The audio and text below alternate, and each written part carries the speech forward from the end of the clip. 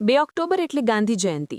રાષ્ટ્રપિતા મહાત્મા ગાંધીની જન્મજયંતિ નિમિત્તે વડોદરા શહેર કોંગ્રેસ સમિતિ દ્વારા ગાંધી બાપુની પ્રતિમા અને પુષ્પાંજલિ અર્પણ કરવામાં આવી હતી.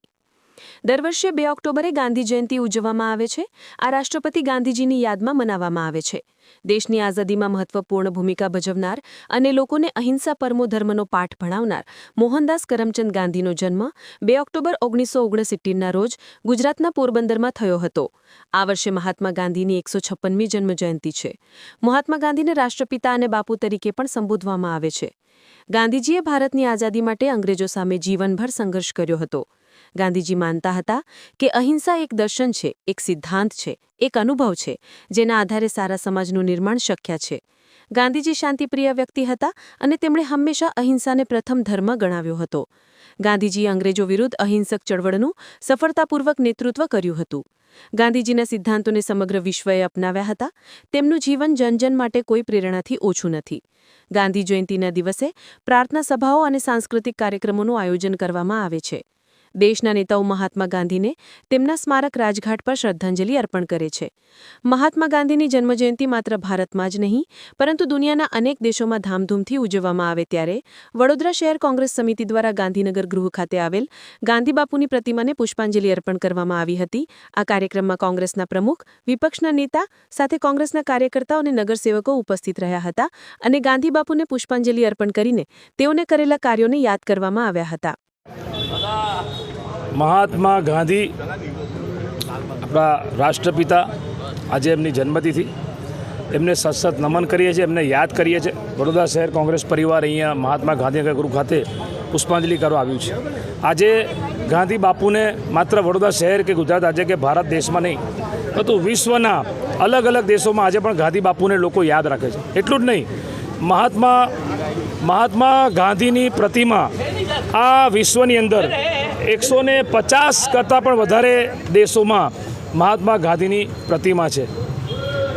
જ્યારે ગાંધી બાપુ આ દેશને આઝાદી અપાઈ ત્યારે જે અંગ્રેજો પાસે શસ્ત્ર સરંજામ હતા, મોટી મોટી ફોજ હતી, અને ગાંધી બાપુએ સત્ય અને અહિંસાના રસ્તા પર આ અંગ્રેજોને આ દેશમાંથી ભગાડ્યા. આજે આપણે સૌ જ્યારે આઝાદીનું અમૃત ચાખી રહ્યા છે ત્યારે આપણે ના ભૂલવું જોઈએ કે આ એ મહાત્મા ગાંધીના નેતૃત્વમાં દેશને આઝાદી મળી. એટલું જ નહીં, જે લોકોએ ગાંધી બાપુની હત્યા કરી એમને એવું લાગ્યું કે એમને ગાંધી બાપુની હત્યા કરી તો લોકો ગાંધી બાપુને ભૂલી હશે. ના, મહાત્મા ગાંધીના શરીરને ભલે એમને માર્યું, પરંતુ મહાત્મા ગાંધીનો વિચાર આજે પણ જીવે છે અને આજે પણ લોકોમાં, દેશમાં, યુવાનોમાં એ ગાંધી બાપુનો વિચાર છે. જે લોકો સત્તામાં બેઠા છે, જેમના વડવાઓએ ગાંધીજીની હત્યા કરી, એવા લોકો જ્યારે આજે દેશમાં લોકશાહીને બંધારણ પર હુમલો કરતા હોય ત્યારે એ ગાંધી વિચારને જીવતો રાખવાનો સંકલ્પ લઈએ છીએ. અને આ બીજી આઝાદીની લડાઈ અમારા નેતા રાહુલ ગાંધીના નેતૃત્વમાં લડી રહ્યા છે. કારણ કે આપણે સૌ જાણીએ છીએ કે દેશમાં કેવી સ્થિતિને પરિસ્થિતિનું નિર્માણ થયું છે. ત્યારે કોંગ્રેસ પાર્ટીના એક સિપાહી સંકલ્પ લે છે કે આ ગાંધી વિચારને જીવતો રાખીશું, લોકશાહી બંધારણને બચાવવાનો પૂરેપૂરો પ્રયત્ન કરીને આ દેશમાં બંધારણ લોકશાહી રહે એવો અમે આ સંકલ્પ લઈએ છીએ. આપણા માધ્યમથી આજે ફરી મહાત્મા ગાંધીની સાથે સાથે જે આપણા પૂર્વ વડાપ્રધાન હતા લાલ બહાદુર શાસ્ત્રી, જેમનો બુલંદ નારો હતો જય જવાન જય કિસાન, એવા લાલ બહાદુર શાસ્ત્રીની પણ આજે જન્મજયંતિ છે. ત્યારે એમને પણ અમે નમન કરીએ છીએ અને આ બંને મહાન પુરુષોને શ્રદ્ધાંજલિ અર્પણ કરીએ છીએ. આજે ગાંધી જન્મજયંતિ છે 2 ઓક્ટોબર. એના ઇતિહાસના પન્ના તમે ઉઠાવીને જોશો તો ખબર પડશે કે ગાંધીજીનો જન્મ થયો, ક્યાં ભણવા ગયા, ક્યાં એમનું અપમાન થયું, ક્યાં ગાડીમાંથી ફેંકી દે, બધું જ મળશે તમને. પણ ગાંધીજી શું હતું અને શું થયા? એક અપમાનિત થયા પછી, દેશમાં આવ્યા પછી દેશના લોકોની જે દુર્દશા જોઈ અને એ દુર્દશામાંથી જે એમની ભાવના પેદા થઈ કે મારા દેશના લોકો, જેમનો દેશ છે, એ અપમાનિત થઈ રહ્યા છે અને બહારના લોકો એમના ઉપર રાજ કરી રહ્યા છે.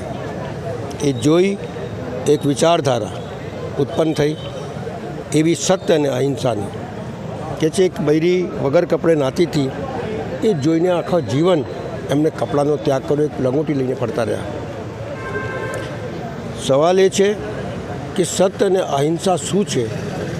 એક વિચારધારા છે જે માનવને રક્ષા કરે છે એ પ્રમાણેની ભાવના લઈ અંગ્રેજો સામે લડી લેવું, જેની સામે બોલે અને ગોળી મારી દેવાની સામે જે દેશની અંદર 10 કિલોમીટર ભાષા, જાતિ, રહેન સહેન, ખાના પીના ભગવાન સુધી બદલ જાય, અને જે વખતે ટીવી મીડિયા કશું નહોતું તે વખતે આ રાષ્ટ્રના લોકોને ભેગા કરવા, સત્ય અને અહિંસાના માર્ગ ઉપર લાફા ખાઈ, માર ખાઈ, ગોળી ખાઈ, જેલોમાં જઈ અને એક આંદોલન મોટો ઊભો કરવો અને અંગ્રેજોને આ દેશમાંથી ખદેડી દેવું, એ સૌથી મોટી તાકાત હતી।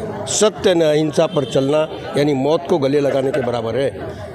ऐसे એ મહાત્મા ગાંધી આજના દિવસે એ લોકો મહાત્મા ગાંધી માટે ઘણા લોકો કહે છે, ક્રિટિસાઇઝ કરે છે, પણ હું તમને પૂછું છું, चौथी जागीर को मैं पूछता हूँ कि एक निहत्ते सत्य और अहिंसा पर चलने वाले व्यक्ति को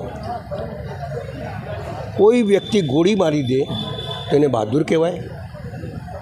तो अंग्रेज़ों को मारना था ना भाई।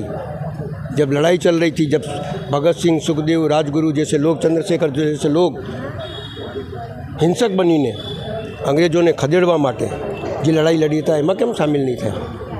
વાતો બહુ મોટી મોટી કરે, ફિલોસોફીની વાતો બહુ કરશે લોકો, પણ જે સમયની અંદર જ્યારે રૂપિયા કી કિંમત થી, એ સમયની અંદર જ્યારે રૂપિયો કમાવવો અઘરો હતો, એ સમયની અંદર લોકોને જોડવાનું અઘરું હતું, તે સમયે રાષ્ટ્રપિતા મહાત્મા ગાંધીજી આ દેશની આઝાદી માટે જે કર્યું એ કોઈ કરી શકે નહીં।